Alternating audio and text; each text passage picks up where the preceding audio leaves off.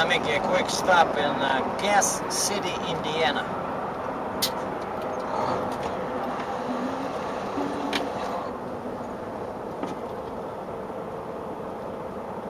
There's a McCluskey truck stop here, but most importantly on this side where I'm coming from, there's a Starbucks.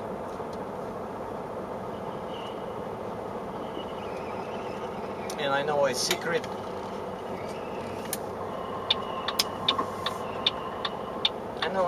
alley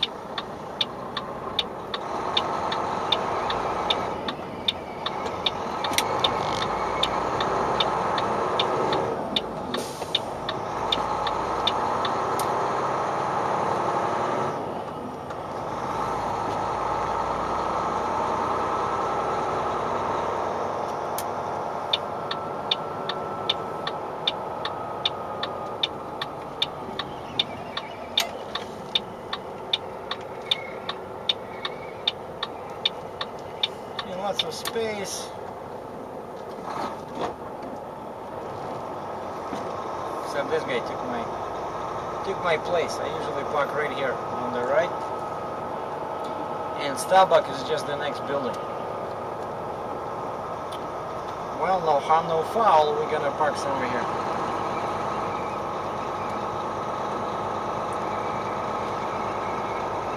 And I didn't do too many miles again today, because day 3 is again full of surprises, but more about it in a second. Let me just go get coffee, and then we'll... At the end of the road, turn left, slow drive. Then, at the end of the road, turn left, US 35, Highway 22, East 500 South. And this is 259, exit 259 of I-69 in Indiana, and I'm going south towards Indianapolis. And the goal today is to reach Effingham, Illinois.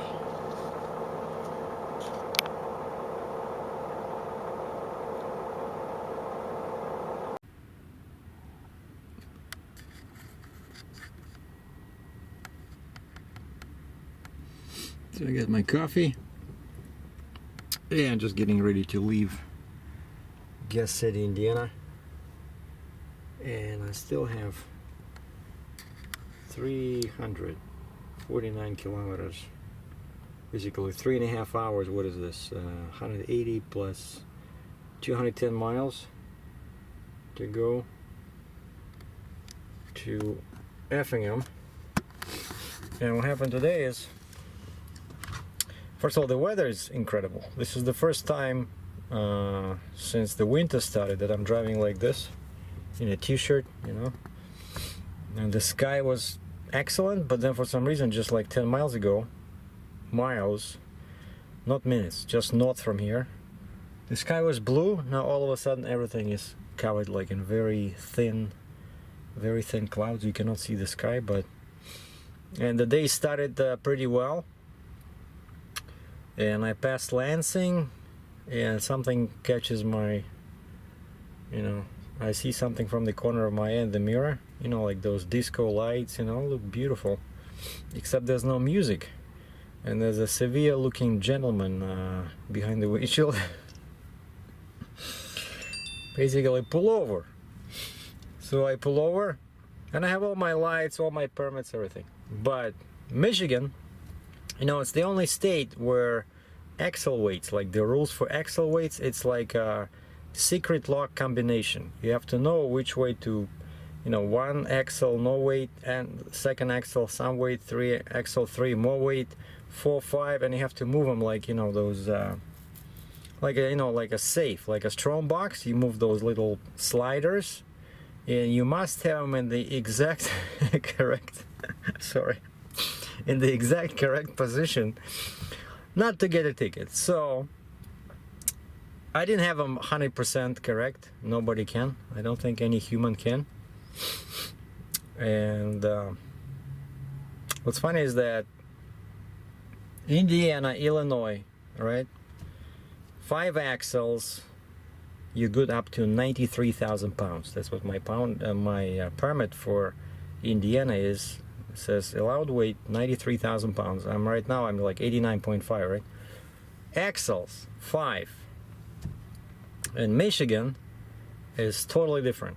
The same I-69, right? But as soon as I cross from Michigan into Indiana, I can basically, for all intents and purposes, I can just disconnect 2 axles, throw them in the ditch, you know, nobody cares. But in Michigan, oh boy. Anyway, so I lost, and the guy did a full level 1 inspection. If you guys know what level 1 is, it's a very detailed and thorough inspection of the truck, you know, all lights. And the most important part of the inspection is the horn, and then you need to have the windshield washer fluid, so it's, you know, all that kind of thing. And, you know, the poor guy measured everything, all my air brake chamber, stroke, made me hold the tape, measured all my, you know, distances between all my axles, so we had lots of fun, you know, but you cannot say anything. You just, yes sir, no sir. You just listen and do exactly what you're told to do if you don't want to get a bigger ticket, right? So basically keep your mouth shut. That's an advice I can give to some inexperienced drivers. So never argue, because you can argue in court later on, but this person is just enforces the law, right? So you can ask for an explanation or you can make a comment, but so basically that's what I did. And after like, oh, and he scaled me. He had those portable scales, kind of like a kitchen variety, you know, something you use to measure ingredients when making a big cake.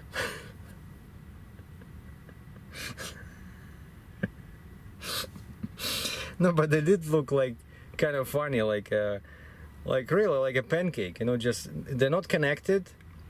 And I know lots of people fight these scale tickets. I mean, by the word ticket, I don't mean the offense, like infraction write-up, but the actual scale, the way this thing works. Because I got my scale ticket from a CAT certified scale, and it gives me one weight, and I see all my scales on all my weights on all axles, right? Now this guy, he has a special place in a rest area. Oh, by the way, so he stopped me on the side of the road, and then he says, "We cannot do this here. I want to scale all your axles, so I'm gonna escort you 15 miles. 15 miles. What is it? Like 25 kilometers south on 69 to the nearest rest area."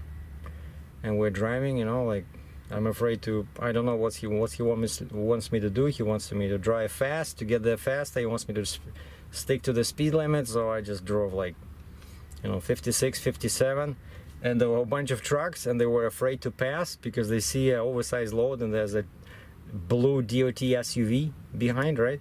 And they're afraid to pass, you know. It was kind of funny, but then the fun stopped when we arrived at the rest area, and it just became, you know, just a regular inspection routine. And on the positive note, I can say that my 2015 truck passed it with flying colors. See, that thing means that I passed the level 1 inspection. So no violations were found on the truck, on the trailer, on the load, on the securement, you know, chains, everything. So the only problem was with the permit and the axle weights, right? So, well, there was another small thing. I'm not gonna even touch that because that's ridiculous.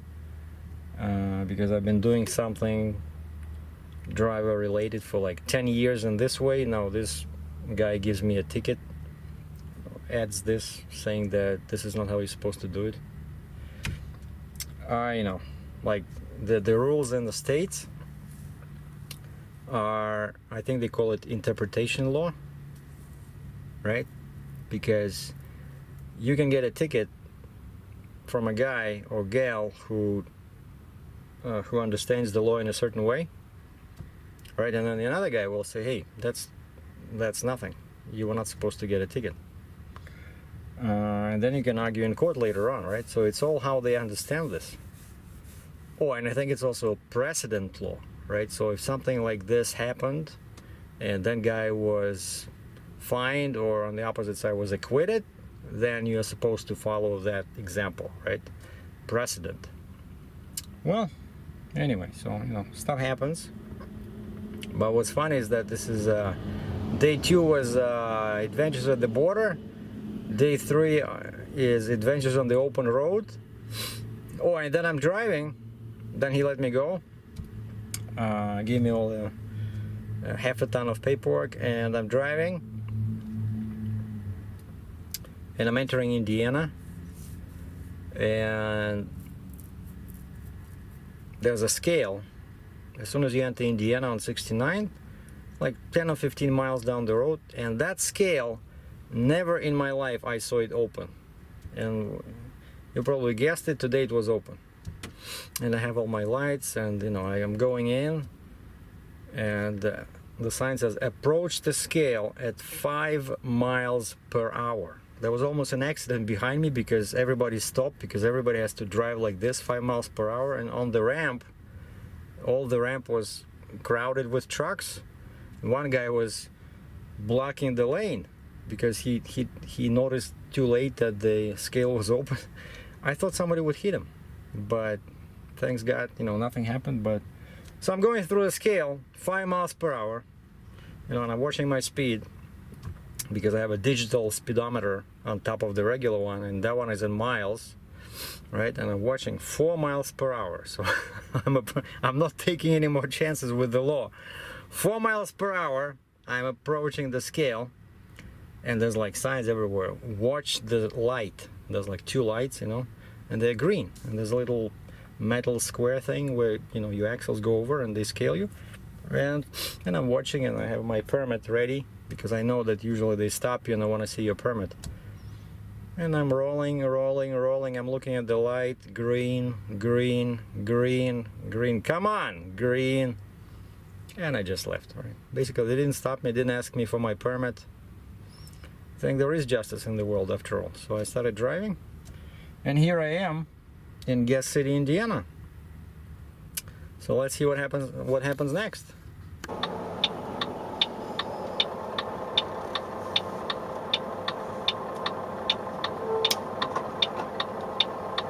The street I was on is called Beaner Boulevard. And there's a burrito place right there in front of the Starbucks. Turn left, US 35, Highway 22, East 500 South.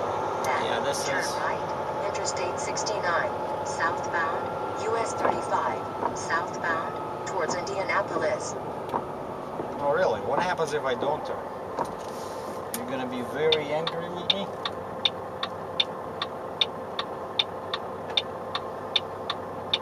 Yeah, sometimes this highway gets so busy. That's one thing about the Starbucks, that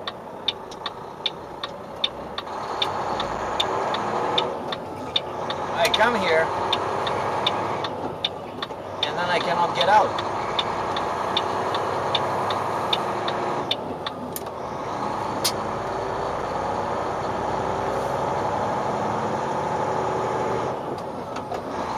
Okay, let's check the fuel prices. US dollars per US gallon. There's a Marathon on the right. So premium gas, $2.49.9 per gallon. After 200 meters, turn right. Regular Interstate gas, 69, $2.09. US 35, southbound, towards Indianapolis. Then take the freeway. Wow, $2.09. Can you? Turn right, then take the freeway. $2.09. What is that? Like 65 cents per liter?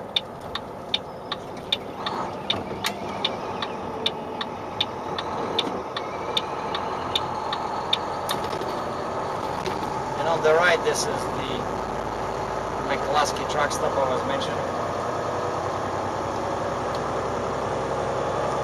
And now we are accelerating towards I-69 south. My next stop will be, I think, Clayton, Indiana, just west of Indianapolis on I-70.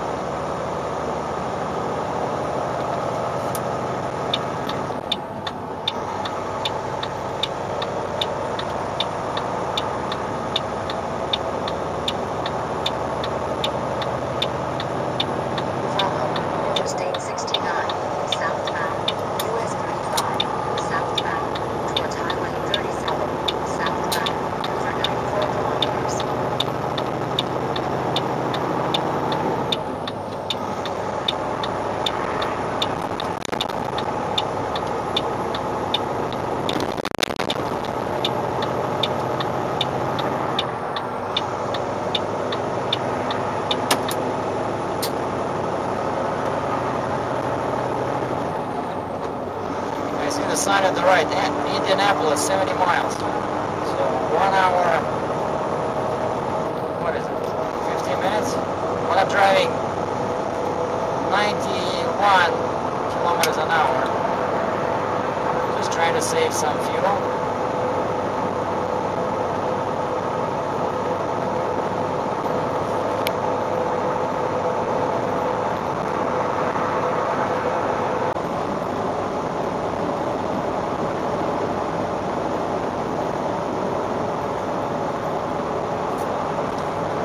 This is the bypass around Indianapolis, Indiana. I-465. I left I-69, which actually ended at the bypass. And now I'm driving west to the ramp with I-70.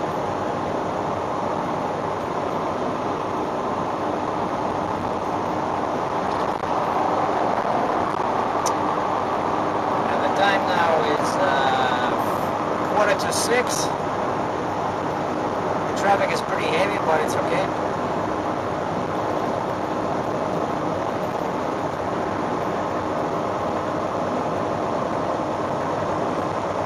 Just gotta watch my passenger side, the one that sticks out.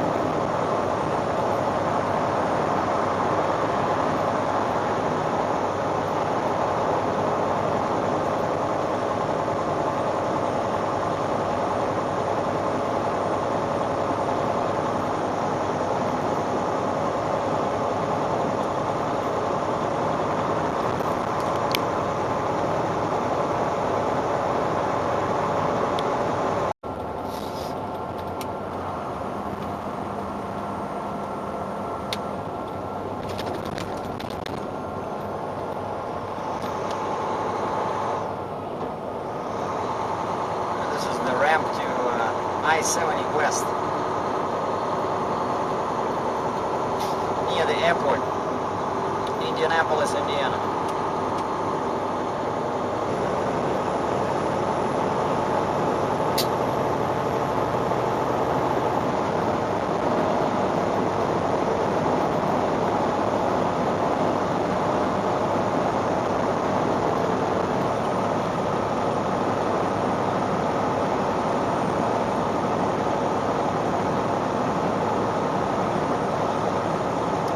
Above the road, you see the green sign on the bridge, on the overpass.